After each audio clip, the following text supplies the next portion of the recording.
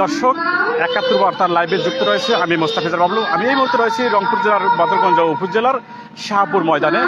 আপনাদের একটি বিষয়ে জানানোর চেষ্টা করছি, ফ্যাসিস্ট আওয়ামী সরকার কর্তৃক যে মিথ্যা মামলার বোঝা নিয়ে ফাঁসির দণ্ডপ্রাপ্ত হয়েছেন এখানকার জামাতের এটিএম আজহারুল ইসলাম।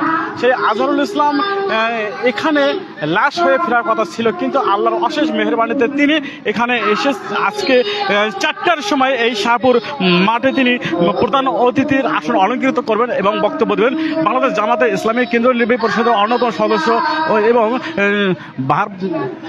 সাবেক ভারপ্রাপ্ত সেক্রেটারি জেনারেল এবং সদ্য কারা মুক্ত মজলুম জননেতা এটিএম আজহারুল ইসলাম এই বদরগঞ্জ যে আজকে ৪টার সময় এই মাঠে যে বক্তব্য দেন, এই বক্তব্য দেখাকে ঘিরে স্থানীয় জামাতে ইসলাম, ছাত্র শিবির এবং বাংলাদেশের শ্রমিক কল্যাণ ফেডারেশন কল্যাণের নেতৃবৃন্দ সবাই মোটামুটিভাবে উজ্জীবিত হয়েছেন এবং এখানকার মানুষও আনন্দ উল্লসিত হয়েছেন যে আজকের দিনে একজন ফাঁসির মঞ্চ থেকে ফিরে এসেছে আসছেন এই এলাকার মানুষ, মেহনতি মানুষের নেতা, যিনি আল্লাহর পথে কোরআনের পথে মানুষকে সর্বদা ডাকছিলেন এবং তিনি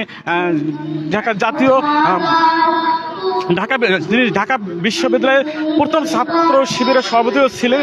এই মজলুম জননেতাকে আশাকে কেন্দ্র করে এই এলাকার মানুষজন ব্যাপক উৎসাহ উদ্দীপনা এখানে দেখা দিয়েছে। এখানেও আমাদের মিডিয়া কর্মীরা এসেছেন, এখানে সরাসরি লাইভে যুক্ত হবো আমরা। তো আপনাদেরকে একটি বিষয় জানিয়ে রাখি, যারা এটিএম আজহারুল ইসলামের কণ্ঠে বক্তব্য জানতে যাবেন তারা ঠিক ৪:৭১ বার্তা লাইভে যুক্ত থাকবেন। এই ছিল এখানকার সর্বশেষ পরিস্থিতি। মোস্তাফিজুর বাবলু, ৭১ বার্তা, বদরগঞ্জ, রংপুর।